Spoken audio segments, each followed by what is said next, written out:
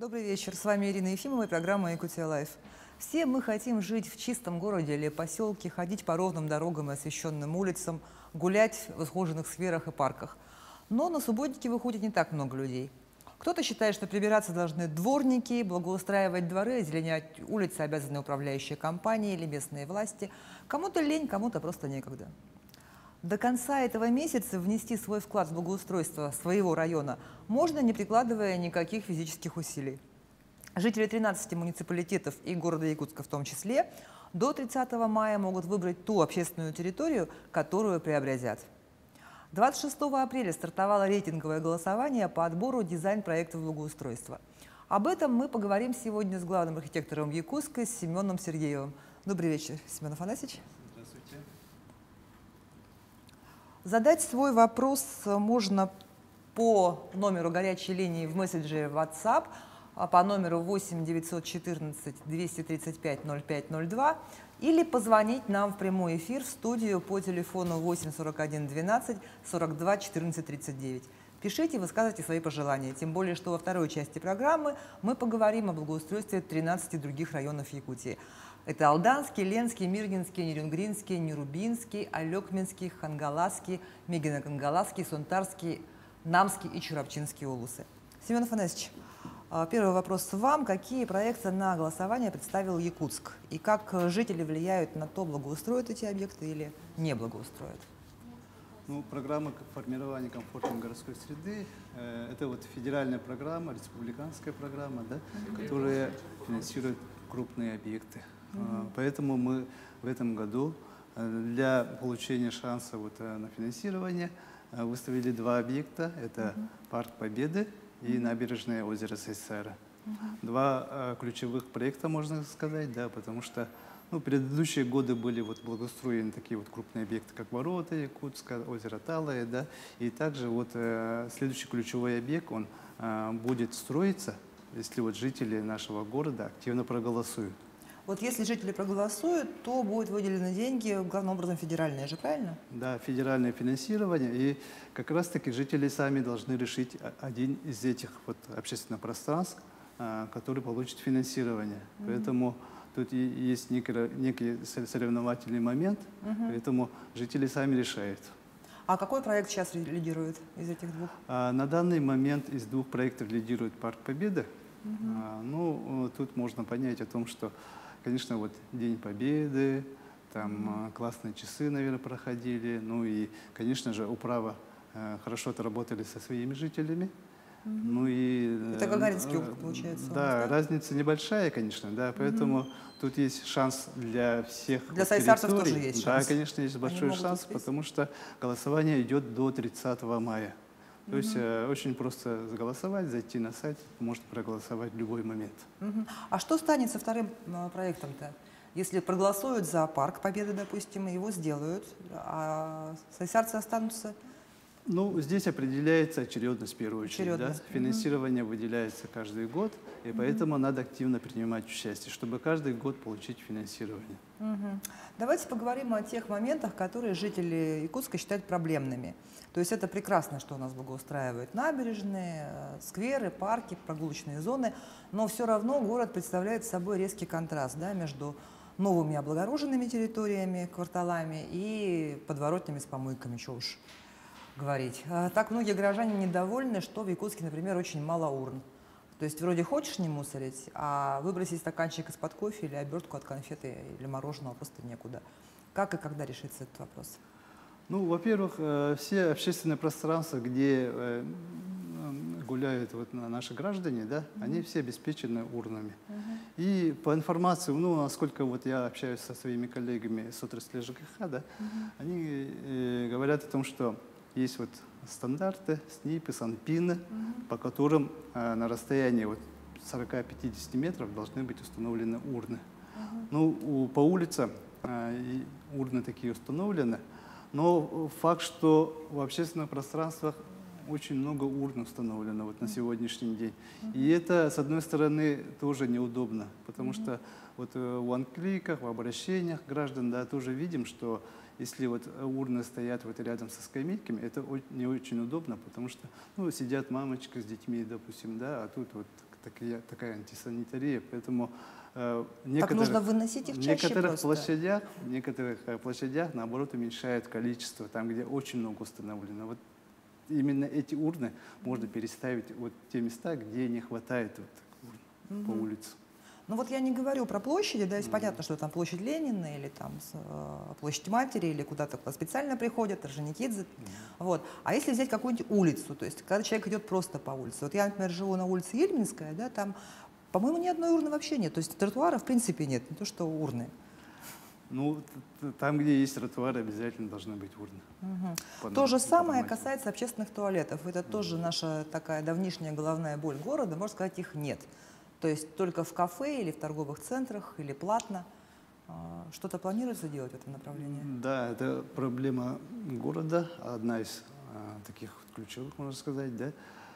Туалеты, по созданию туалетов, по установке туалетов была создана рабочая группа при первом заместителе главы. И эта группа сейчас отрабатывает места расположения. Ну, этот вопрос решался несколько этапов, допустим, да. Отрабатывали по концессионному соглашению, но основная проблема – это вот отсутствие земельного участка. То есть предприниматели отдельно ставить туалет предпринимателям невыгодно, поэтому они собираются ставить с магазинчиком, со вторым этажом. Но тут тоже другая есть проблема. В свое время, например, были установлены туалеты, вот в старом городе установлен был туалет, и по улице Кирова, например, да. А на сегодняшний день вот эти же собственники, из-за того, что там неприбыльно, они эти туалеты превратили вот в магазины. Поэтому тут очень аккуратно надо подходить. И места надо подбирать, и, скорее всего, там, наверное, надо устанавливать чисто туалет и торговлю через банкоматы. И никакой вот отдельный магазин там, или еще чего не надо там устраивать. Вот эти обращения граждан для нас собрал Центр управления регионом, который мониторит общественное мнение. И вот горожане отмечают среди проблем нехватку урн, туалетов, и на втором месте это малое количество пеших зон. Что-то изменится в Якутске в ближайшие годы в этом направлении? Ну, малое количество пеших зон, это, конечно, с новыми улицами обязательно устраивать тротуары. Пешие зоны в основном требуются для того, чтобы делать прогулки, например, да? И как раз-таки вот набережная озера Сайсара, она является вот пешей зоной. Вот в городе не хватает вот таких вот длинных, замыкающихся пространств, беговых дорожек, да, велодорожек, где можно вот пробежаться большое расстояние, допустим, да. В парке Победы тоже устроена велодорожка, есть вот мемориальные маршруты, пешеходные дорожки, да. Поэтому я считаю, что как раз-таки вот на таких вот общественных пространствах, где не загазованные территории, где больше зелени, надо делать такие вот пешие дорожки. Кстати, про зелень. Многих беспокоит также озеленение города, точнее его отсутствие. Жители отмечают, что при строительстве не предусматриваются зеленые территории. Вдоль дорог разделительных зеленых зон, как это вот, бывает в других городах, нету. Новых насаждений нет. Город пыльный, город серый. Летом тени деревьев нет где спрятаться. Да? Строят новые районные дороги, но проблема озеленения не решается. Вот, станет ли Якутск зеленее? Все-таки в следующем году у нас юбилей республики.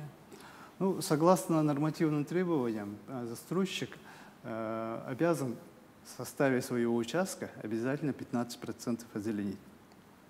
Но проблема в том, что количественный перечень вот деревьев там не был прописан, и мы вот как раз таки планируем правила землепользования внести такие изменения, чтобы также количественно установить параметры деревьев, да, именно посадки. Но тут проблема не в том, что количественно посадить, да, вообще по зелени идет проблема в том, что качественно надо садить. Вот мы устраиваем, например, вот субботники, да. Ну, то есть мы вышли, посадили, а кто потом ухаживает за этими деревьями? Самая проблема вот в этом – полив и качественная посадка. Поэтому по озеленению вот в этом году департаментом ЖКХ организована проектная группа, проектный офис так называемый, и составлена дорожная карта. Ну, мы делали мозговой штурм, и, например, вот я предложил, чтобы субботники делали именно качественно. Чтобы посадить деревья, надо обязательно обеспечить почвой. Да? Надо исходить от того, сколько у нас есть грунта. Вот столько и садить. Лишнего вообще не садить. Потому что это просто деньги конечно, да. выкидываются. Если вот в этом году я посадил столько деревьев, да, я следующий год обязательно должен обеспечить полив этого дерева. То есть в бюджет я должен заложить то же количество полива на то, что я вот посадил в этом году. Поэтому я считаю, что надо именно мало садить, но качественно садить. И один момент, у нас вот ремонт проспекта Ленина же идет, да? И там мы вот поднимали вопрос по установке ограждений. То есть предложили ограждение вообще убрать между тротуаром и проезжей частью, потому что там есть озеленение. Есть требования нормативов, когда есть озеленение, то ограждение можно и не делать. Соответственно, мы исключили ограждение и будем устраивать там зеленую изгородь. Поэтому вот, начиная вот из этих наших центральных улиц, мы должны переходить к таким вот вариантам по всем другим улицам. Также жители разных районов Якутска обращаются в Центр управления регионом с вопросами конкретно по своим местам проживания. Пишут нищета, измрад в большинстве пригородов. Приводят в пример ГРЭС, птицефабрику, ну вот такие районы. Как люди, живущие в таких вот отдаленных районах, могут повлиять на благоустройство своих улиц и дворов? Или нужно просто им приезжать в центр и гулять по площади Орджоникидзе? Ну, все слышали, что сейчас вот идет трехлетие благоустройства, и благоустраиваются дворовые территории. В рамках этого мы вот отрабатывали с компанией Синет, и отбор дворовых территорий для финансирования Синетом, да, был произведен именно с учетом расположения. Не только с учетом расположения, в том числе с учетом состояния дворовых территорий. То есть выбрали для своего финансирования не самые так называемые битые дворы. И как раз они располагаются в разных территориях города. Кроме этого, в рамках этого же трехлетия устанавливаются спортивные воркауты, спортивные площадки. Они тоже располагаются вот в каждом округе. То есть каждый округ предлагает свою территорию и в каждом пригороде. Так что программные вот эти дворы, они все расположены на разных территориях. Семен Александрович, давайте вернемся к теме голосования. Вот по данным на сегодня за проект «Парк Победы» в Якутске проголосовали примерно 2500 горожан, а за набережное озеро Сайсары всего лишь около 1900.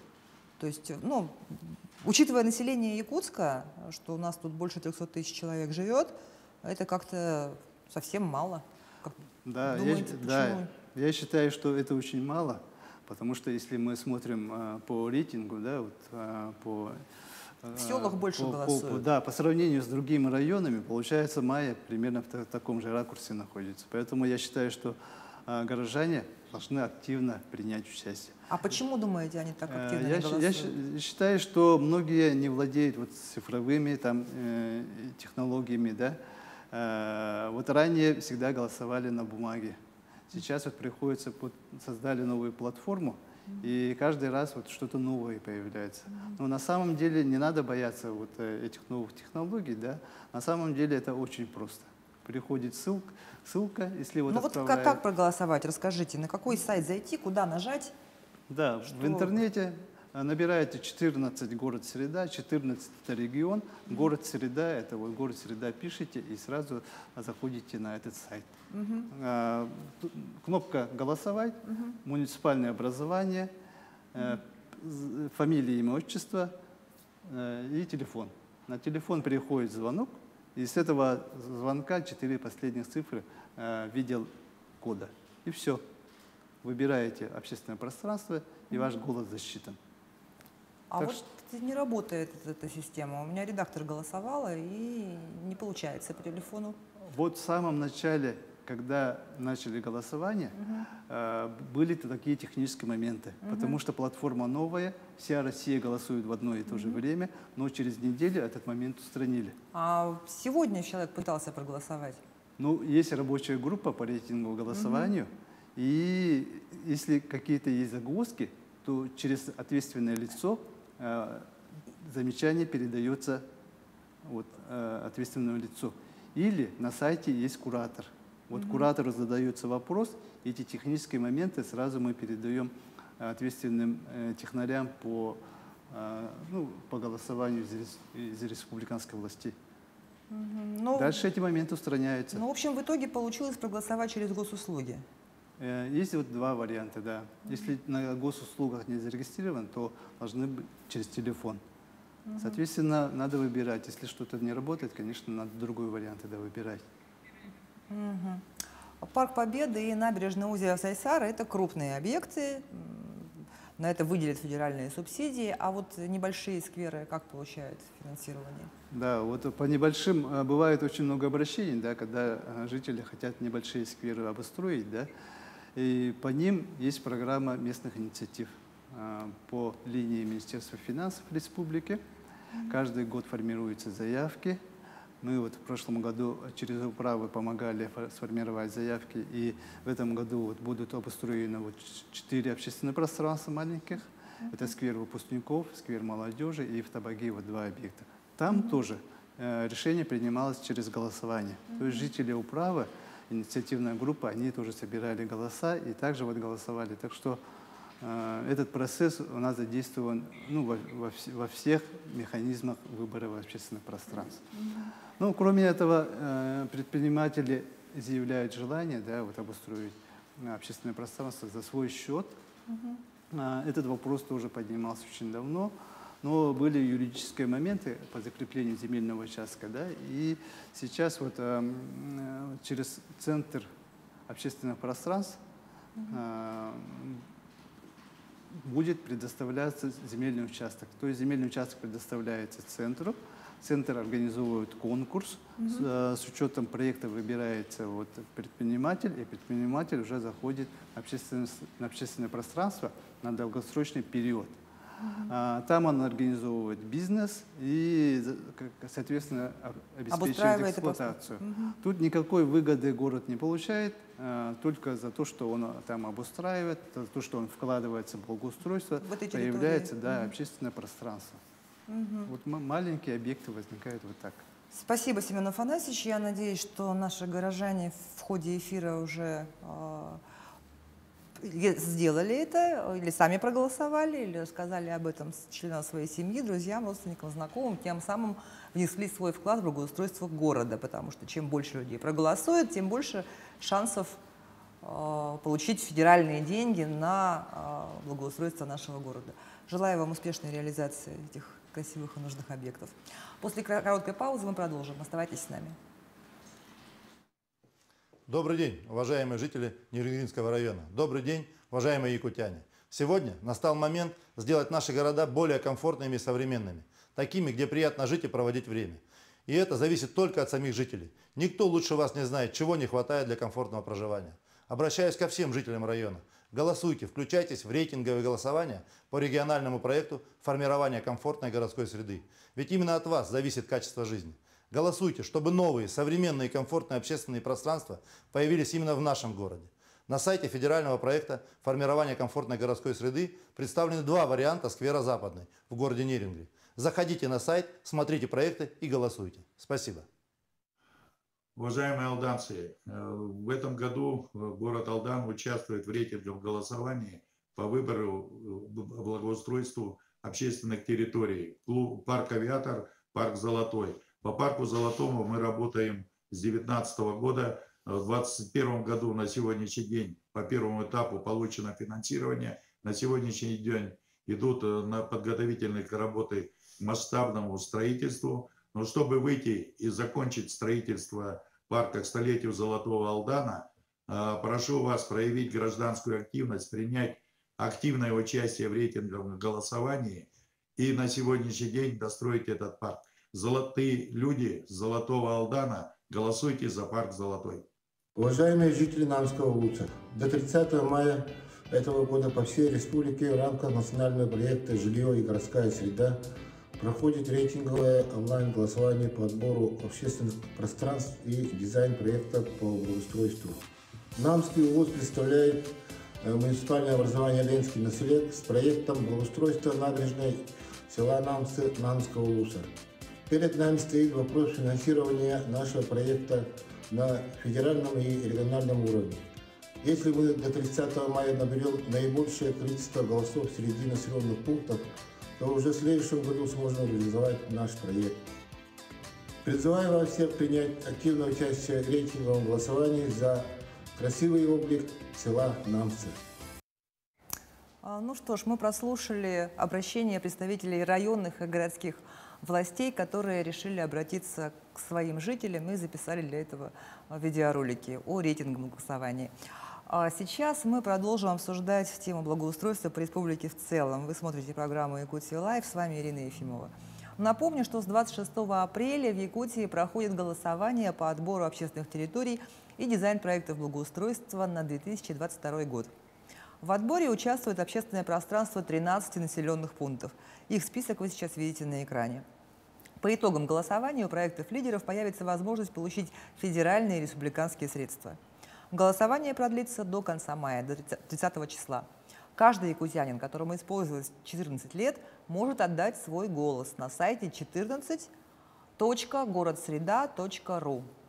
И подробнее об объектах благоустройства в республике мы поговорим со специалистом управления архитектуры и градостроительства при главе Якутии Нюргуном Антоновым. Добрый вечер, Нюргун Петрович. Вечер.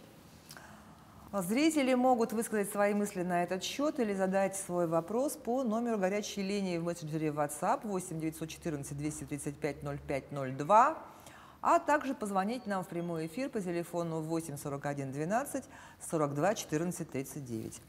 Нюргун Петрович, в 2019 году за проекты благоустройства проголосовали более 17 тысяч жителей республики. В 2020 году свыше 12 тысяч якутян. На сегодняшний день уже более 15 тысяч граждан отдали свои голоса. Сколько их нужно минимум по каждому проекту, чтобы он стал реальностью? Ну, минимум зависит от количества населения муниципального образования, то есть на каждое муниципальное образование свой минимум. Например, для Якутска, то есть 20% от числа населения, и для Якутска, например, это чуть более 53 тысяч человек должны отдать свои голоса. Ага, а сейчас всего лишь их меньше 5 получается? Ну, по-моему, если я не ошибаюсь, то да.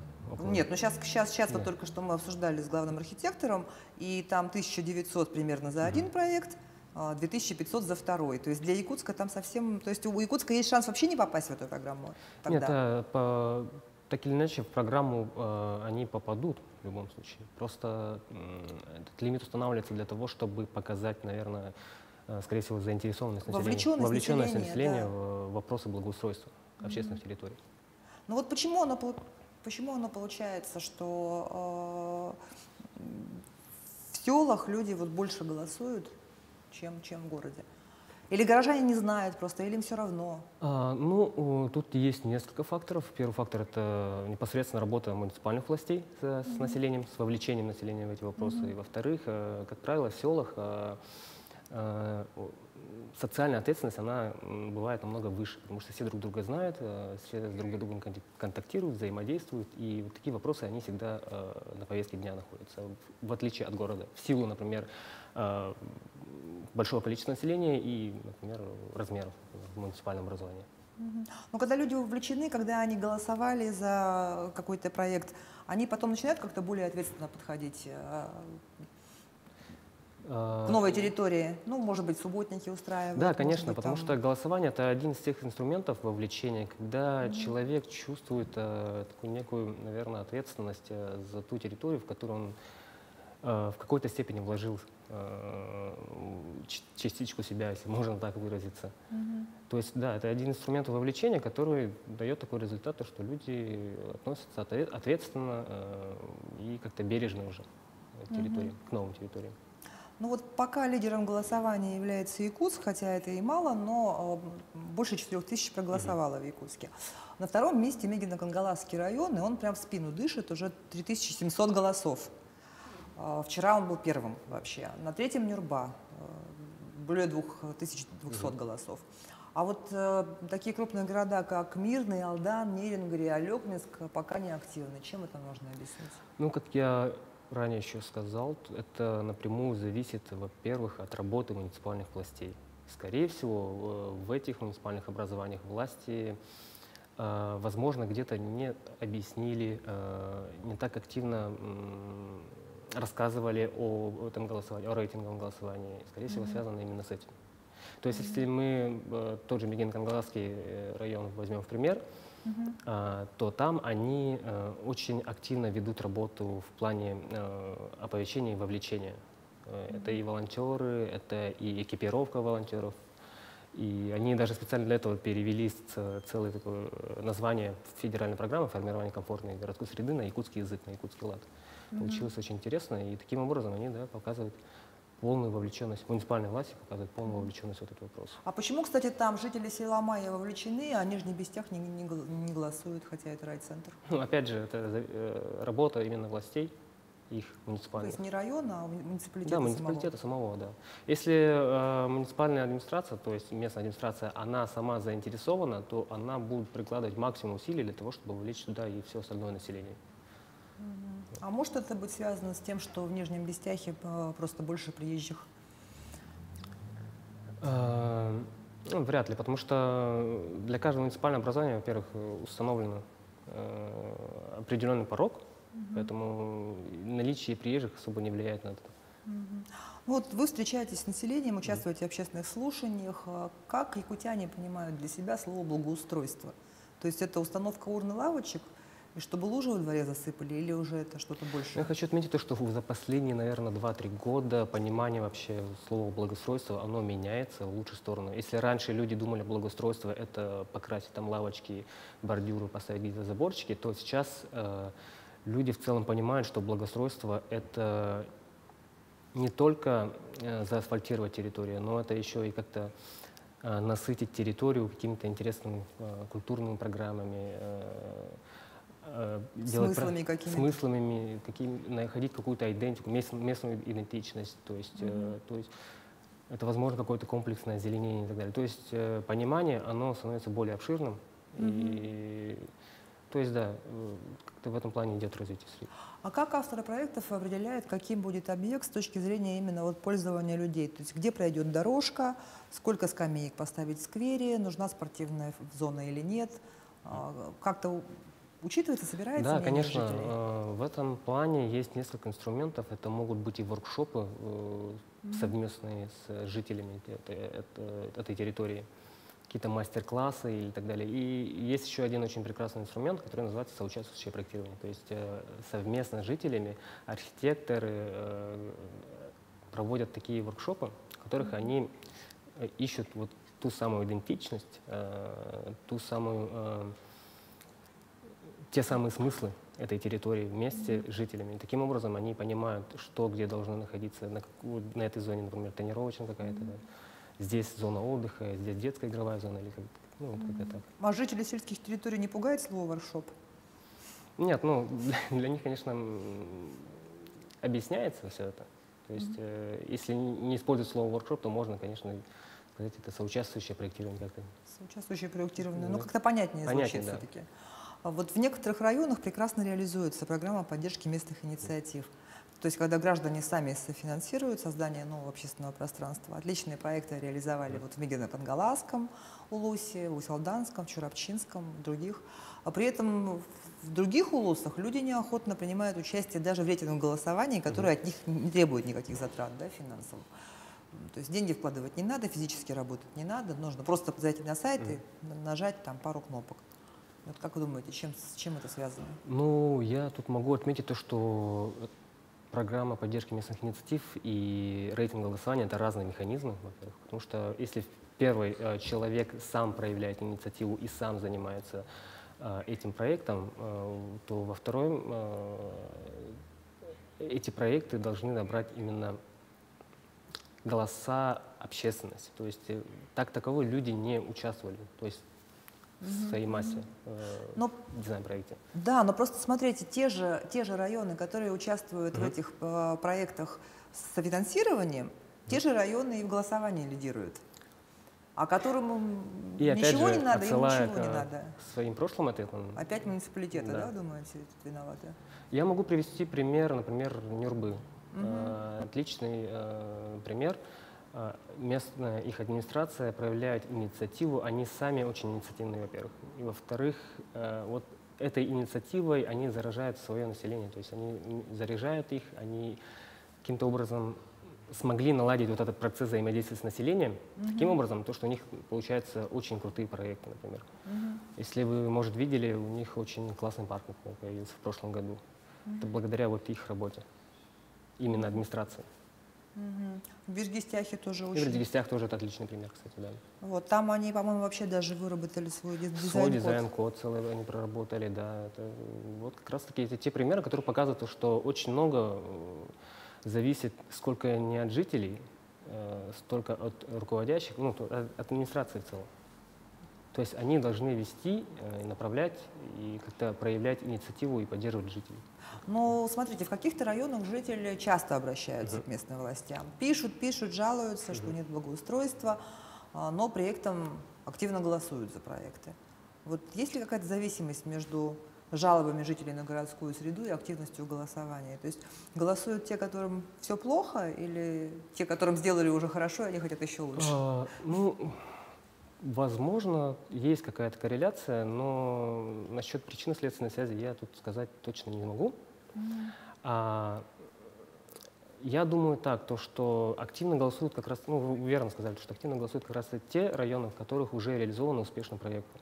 То есть они поверили в то, что они могут что-то изменить, улучшить и так далее. Сделать, да. Власти именно показали то, что вот возможно это сделать. Для помощи жителям республики в рейтинговом голосовании вы привлекли волонтеров. Вот что они рассказывают людям и какие им вопросы им задают?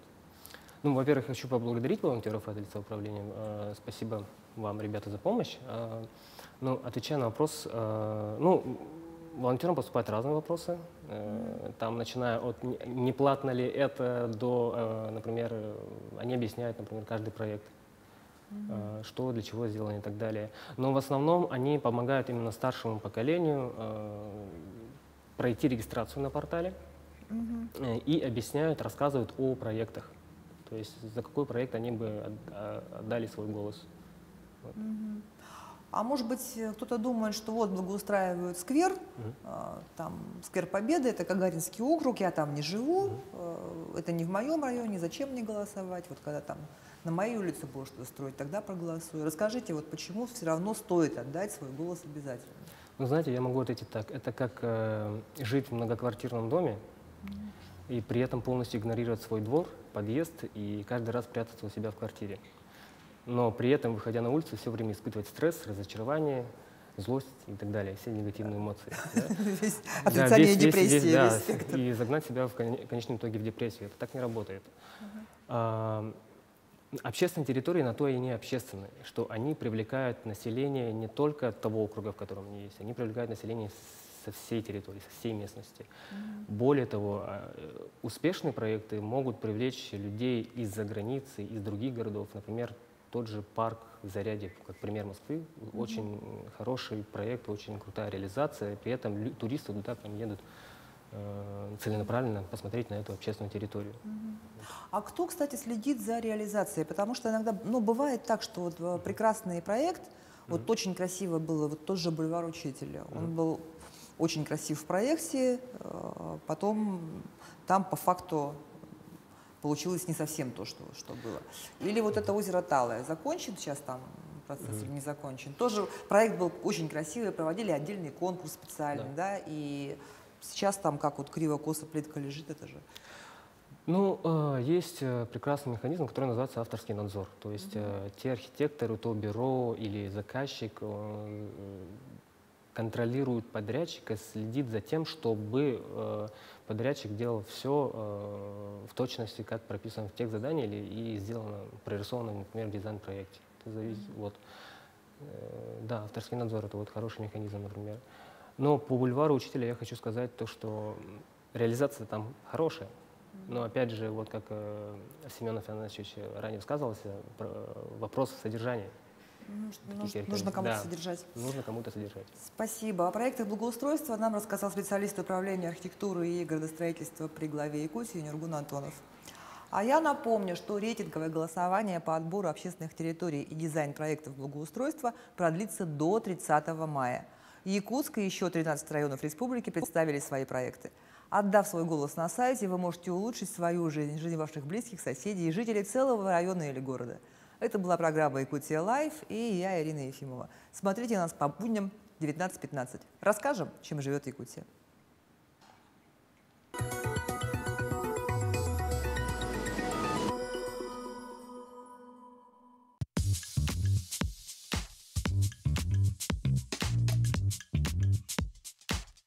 Тысячи девушек Якутска выбирают личи.